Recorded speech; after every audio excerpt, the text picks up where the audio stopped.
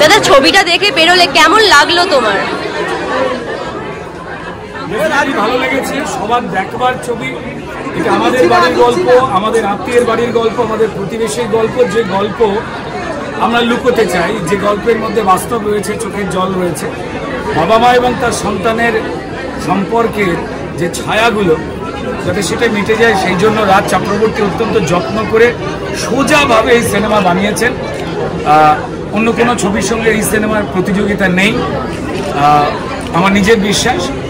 যতগুলো ছবি হয়েছে এর মধ্যে বা হবে বা রিলিজ করবে, মিঠুন চক্রবর্তী, অনুসোয়াদি জাস্ট বিয়ন্ড, তাদের মার্ক করবার মতো যোগ্যতা আমার নেই। তারা অসাধারণতম দুজনে যুগলবন্দি, অসহায় বাবা মা হিসেবে।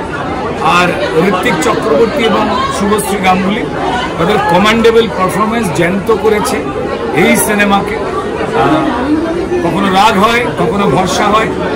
আরও দুজনের কথা না বললে নয়, স্বল্প পরিসরে সোহিনী সেনগুপ্তা এবং খরাজ মুখার্জি তারা বুঝিয়ে দিয়েছেন যে একটা সিনেমাকে ভালো হয়ে উঠতে গেলে আমাদের অভিনেতাদের কন্ট্রিবিউশনটা কতটা নিজেকে নিংড়ে দিয়ে করতে হয়।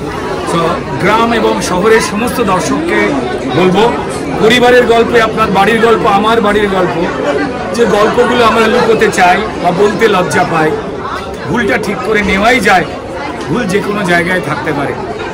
আজকে যে সন্তান, কাল সে বাবা মা। আজকে বাবা মায়ের যে যন্ত্রণা, হয়তো আগামীকাল সেই সন্তান যখন বাবা মা হবে তাকে যাতে সেই যন্ত্রণা না পেতে হয়, তার জন্য আমাদের সতর্ক হওয়া উচিত। ভালো সমাজ গড়ার জন্য এই সিনেমার বার্তাটা খুব সহজভাবে অত্যন্ত সুন্দর। কোনো কম্পিটিটর নেই এই সিনেমার, ছিলও না, হবেও না।